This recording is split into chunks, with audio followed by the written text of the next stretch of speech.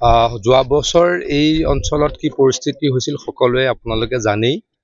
আমাৰ এই কিছু হয়তো টেকনিকেল ইছ্যু আছিলে, যাৰ কাৰণে আমি যি স্লুইচ গেটখন বনাইছিলোঁ, স্লুইচ গেটখনৰ ছাইডত পুনৰ ছিগিছিল আৰু ছিগাৰ ফলত এই অঞ্চলৰ ৰাইজ বিপদত পৰিছিল। কিন্তু আমি লগত কি কৰিছিলোঁ, এই অঞ্চলতেই এই ঠাইতে কফাৰ ডাম আমি আৰম্ভ কৰিছিলোঁ।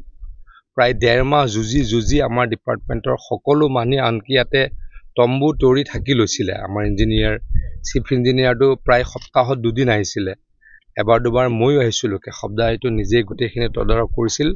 মুঠৰ ওপৰত নেক্সট বানপানীটোতে যাতে মানুহৰ বিপদ নহয় তাক কৰিবলৈ প্ৰয়াস কৰিছিলোঁ। আচলতে যোৱাবেলি আমি এখন ব্ৰহ্মপুত্ৰক ভেটি দিছিলোঁ ইয়াতে।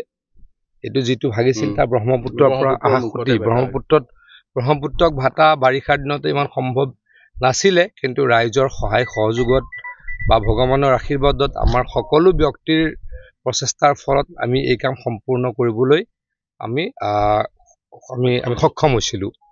তাৰ ওপৰত য'ত ভাঙিছিল, আচলতে আমাৰ কফাৰ ডামটোৱে খুব ষ্ট্ৰংলি বনাইছিলোঁ। কিন্তু কফাৰ ডামটো আমি যিহেতু আমাৰ যিটো অৰিজিনেল য'ত ভাঙা আছিল সেইটোও বনাব লগা আছিল, সেইখিনি বনাবলৈ নিৰ্দেশ দিছিলোঁ।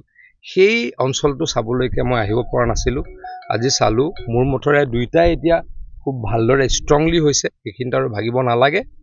আৰু এই অঞ্চলত এইখিনিৰ পৰা এই কফাৰ ডামটোৱে হওক বা এই নতুন পুৰণা যিটো আমাৰ স্লুইচ গেটৰ লগত মথাউৰি আছিল, তাৰ পৰা এই অঞ্চলৰ ক্ষতি হ'ব বুলি মই নাভাবোঁ। গতিকে এইখিনিকে চাবলৈ আহিলোঁ। তাৰ লগে আৰু এটা কওঁ, আমি এই অঞ্চলত আমাৰ কলংখন খণ্ডনৰ কাম চলাই ৰাখিছিলোঁ, মাজতে অকণমান বন্ধ হৈছিলে। আকৌ আমি অতি সোনকালে এই কাম আৰম্ভ কৰিছোঁ। আমি পৰৱৰ্তী সময়ত কলংখন সম্পূৰ্ণভাৱে খান্দি দিয়াৰ দায়িত্ব লৈছিলোঁ, প্ৰতিশ্ৰুতি দিছোঁ। মুখ্যমন্ত্ৰী আহোঁতে কৈছিল যে IRTৰ দ্বাৰা কৰি আছোঁ, নিশ্চয়কৈ কৰি আছোঁ। অকণমান সময় লাগিব, ডেফিনেটলি কৰিম। আমাৰ কলংখন বোৱাটো আমাৰ প্ৰায়ৰিটি আছেই, কিন্তু এনেকুৱা কৰিব লাগিব, কংক্ৰিট কৰিব লাগিব। কাৰণ এবাৰ অলপ আমি ফেইল হৈছোঁ, অস্বীকাৰ কৰি লাভ নাই।